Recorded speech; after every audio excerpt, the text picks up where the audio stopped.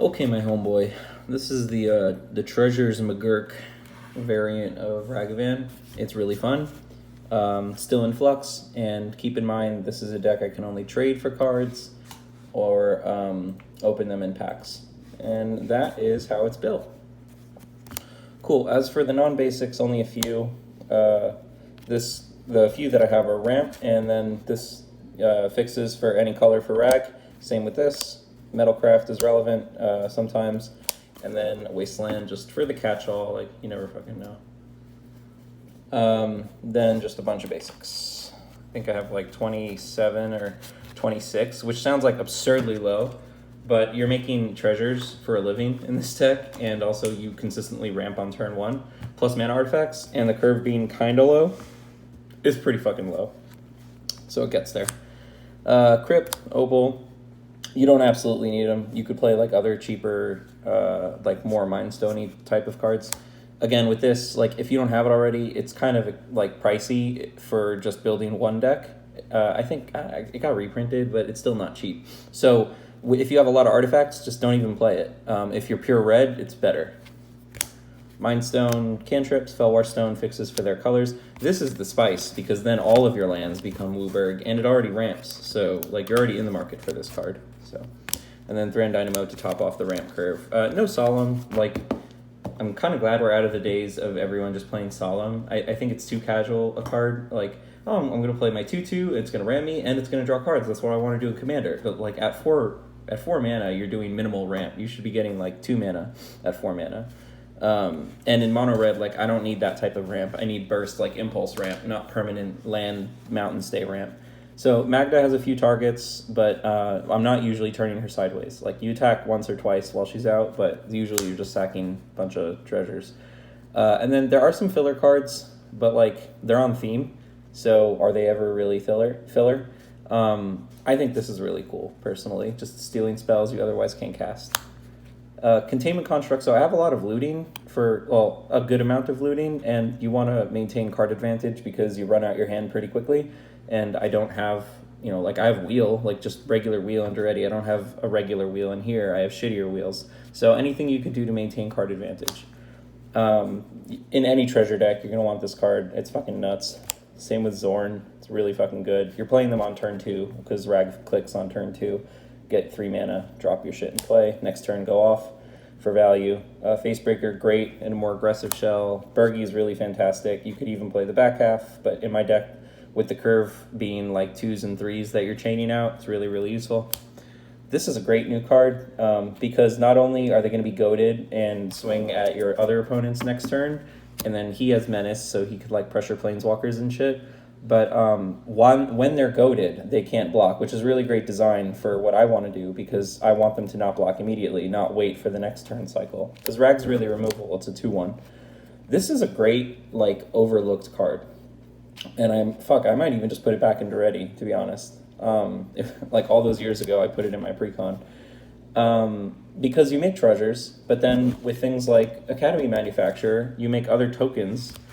They're all artifacts, and this doesn't say non-token artifact. If it did, then I wouldn't play it. But you want to power through your deck to get to certain combo pieces because, like, Rag just wants to end the game pretty early.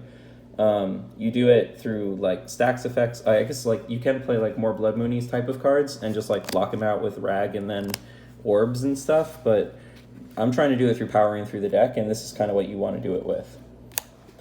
And then...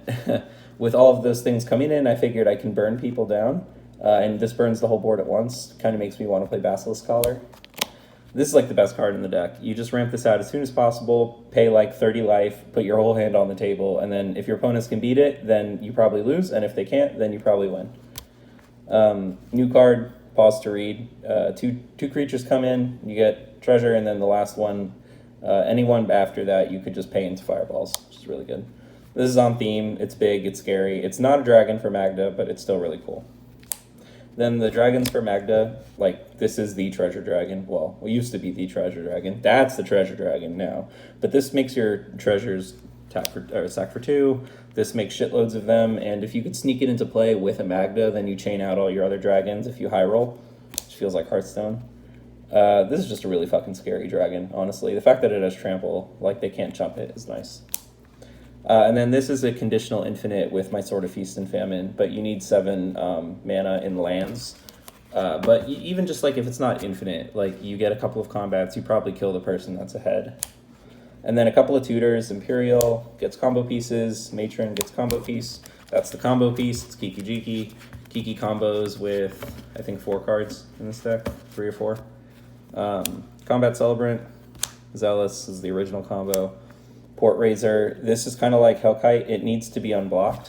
So when I get a copy of Bedlam, which is just a 4-mana enchantment, creatures can't block, then I'll put it in the deck because that's a true combo. But for right now, it's a conditional combo, but it's also just like a pirate and it's on theme, so I fuck with it. So yeah, Kiki has 3 targets to combo with. I don't own a Splinter Twin, but I will look to trade into one. And then my other infinite is Dualcaster Twin Flame, which you can get Dualcaster with a Recruiter. Then I have True Sneak Attack, and then Fake Sneak Attack. But this gives everything haste and is a 7/6 at more fair tables, so I like it, but it's a bad version of Sneak Attack.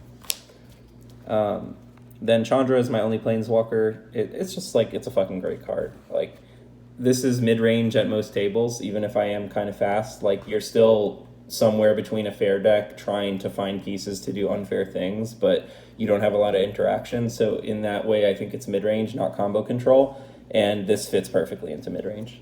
Like, you just want to ramp and kill shit. On the ramping note, and it's a really great early game play, you curse the player, that might be an issue, and then the other players that attack into them also ramp you, but it's gold, not treasure. Then treasure map, just on theme and a little bit of fixing, and then card advantage later.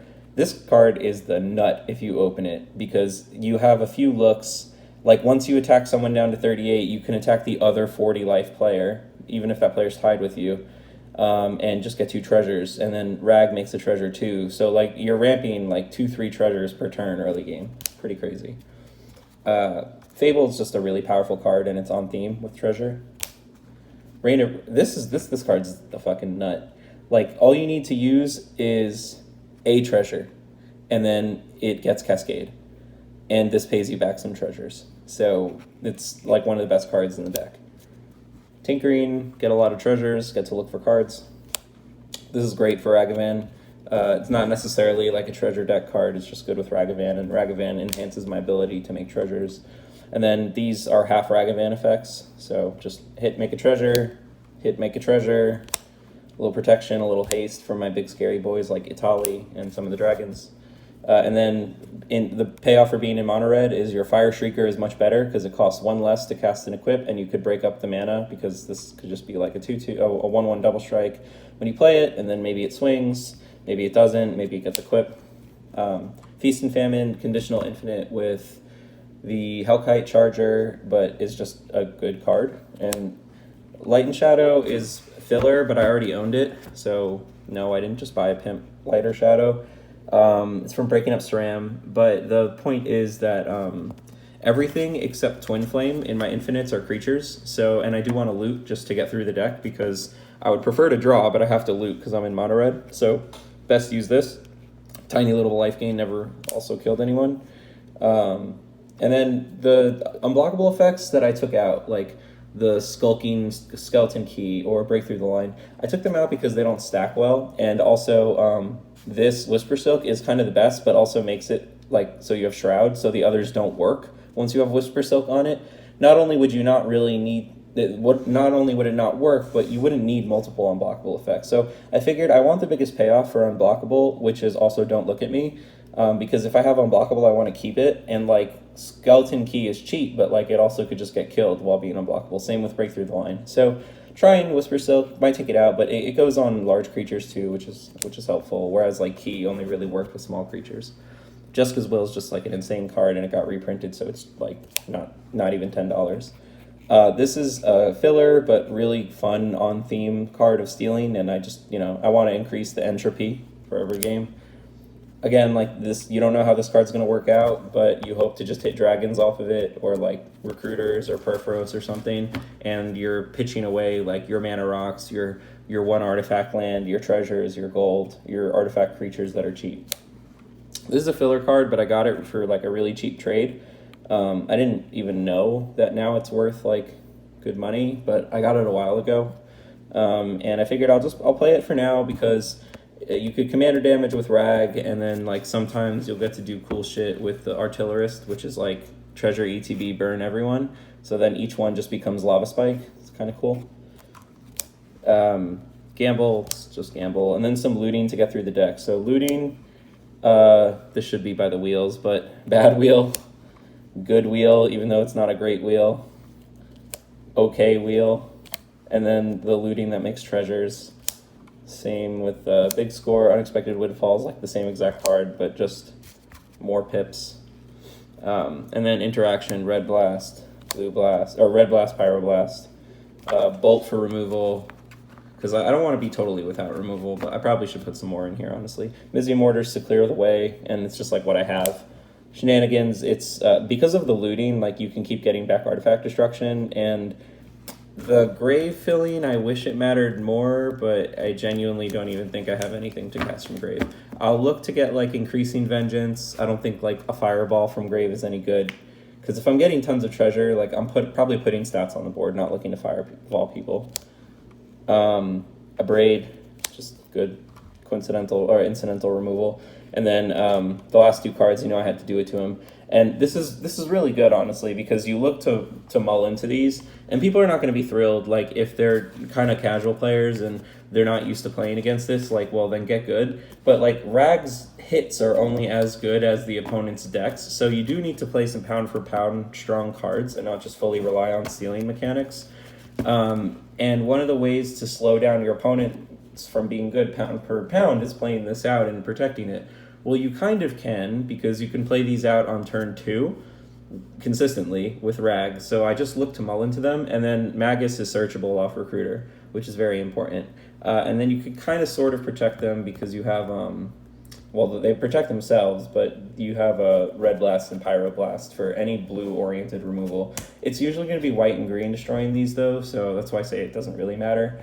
But that's why you play both of them. So that is the deck. It is not totally what you want to build, I think, which is way more like Dragon, and then there's treasures, you know, in it. This is at least 50% built around the Ragavan itself, but what Ragavan does is sort of in the same ballpark. So hopefully you get something out of this.